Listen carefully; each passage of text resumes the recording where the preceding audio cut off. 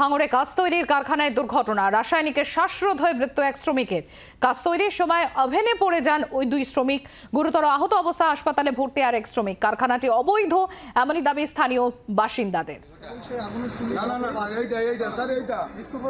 প্রসেনজিৎ সর্দার আমাদের প্রতিনিধি রয়েছেন আমাদের সঙ্গে। প্রসেনজিৎ, একে তো স্থানীয় বাসিন্দাদের অভিযোগ এই কারখানাটি অবৈধ, আর তার মধ্যে এই মর্মান্তিক পরিণতি হলো এখানকার শ্রমিকদের। এখনো পর্যন্ত পুলিশ প্রশাসনের তরফ থেকে কি পদক্ষেপ নেওয়া হয়েছে?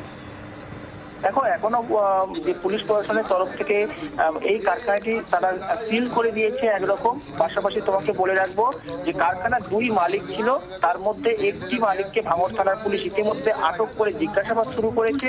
এবং এই অবৈধ কারখানা কেন তিনি চালাচ্ছিলেন বা তার যে সহপাঠী পার্টনার ছিল কেন তারা দুজন মিলে এই কারখানা চালাচ্ছিলেন। এবং তোমাকে বলে রাখছি বা এর আগে বলেছিলাম যে এই কারখানা যে ভাঙড় থানার মালঞ্চ পদ্মপুকুর এলাকায় যেই প্লাস্টিক বা কাঁচ যে কারখানা, সেই কারখানার যে মূল গেট, সেই গেট কিন্তু বন্ধ করে রাখা হতো প্রায় সময়, এবং বাইরে থেকে বোঝার উপায় ছিল না ভেতরে কিভাবে এই জিনিসপত্রগুলো তৈরি করা হচ্ছে। এবং এই যে মর্মান্তিক যে দুর্ঘটনা, যে শ্বাসরোধ করে এই যে ওভেনে পড়ে গেছিল, কেমিক্যাল ওভেনে, এবং সেই গন্ধের শ্বাসরোধ হয়ে দুই শ্রমিক গুরুতরভাবে আহত হয়েছিল। ঘটনাস্থলে বলা যেতে পারে এক শ্রমিক মারা যায় এবং আরেক শ্রমিক আশঙ্কাজনক অবস্থায় নলমুড়ি হাসপাতাল চিকিৎসা চলছিল, এবং সেখানে চিকিৎসকরা রেফার করে দেয় কলকাতা চিত্তরঞ্জন হাসপাতালে।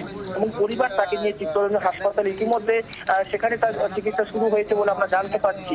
এবং এই কারখানাটি বেশ কয়েক বছর ধরে এইভাবে চলছিল এবং অবৈধভাবে, এবং কারখানায় যারা কাজ করছিল তারা বিপদের ঝুঁকি নিয়ে কাজ করছিল বলে কিন্তু স্থানীয়রা জানাচ্ছে। আর প্রসেনজিৎ, এখানেই প্রশ্ন উঠছে, যারা এখানে কাজ করছেন, এতটা বিপদের ঝুঁকি নিয়ে কাজ করছেন স্থানীয় বাসিন্দারা, তারা অভিযোগ করছেন কারখানাটি অবৈধ।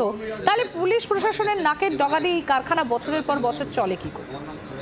দেখো, এটাই হচ্ছে স্থানীয়রা প্রশ্ন তুলছে। এর আগেও নাকি খবর হয়েছিল যে এই কারখানাটা অবৈধভাবে এবং কোনো শ্রমিকদের নিরাপত্তা নেই, তারপরেও এই কারখানায় কোনো রকম হেলদোল করেনি প্রশাসনের তরফ থেকে বা স্থানীয় যারা নেতৃত্বরা আছে। কিন্তু আজকের যে ঘটনা ঘটেছে, যে মর্মান্তিক ঘটনা, তারপরেই নড়ে চড়ে বসেছে এই প্রশাসন, এবং সেখানে কিন্তু কারখানাটা সিল করে দেওয়া হয়েছে।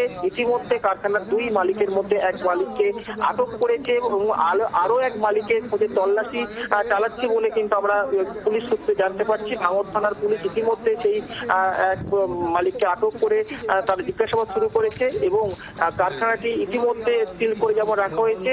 এবং বিক্ষোভও দেখিয়েছে যারা স্থানীয় বাসিন্দারা, যে কয়েক বছর ধরে এই কারখানা অবৈধভাবে চলছিল, এবং সেটাই আজকের সেই ঘটনার পরিপ্রেক্ষিতে আজকের এক শ্রমিকের মৃত্যু হয়েছে এবং আরো এক শ্রমিক আশঙ্কাজনক অবস্থায় চিত্তরঞ্জন হাসপাতালে চিকিৎসা চলছে বলে আমরা সূত্রভাবে জানতে পারছি। ধন্যবাদ প্রসেনজিৎ, নজর রাখো। বাংলার আওয়াজ, বাঙালির আবেগ, জি 24 ঘন্টা।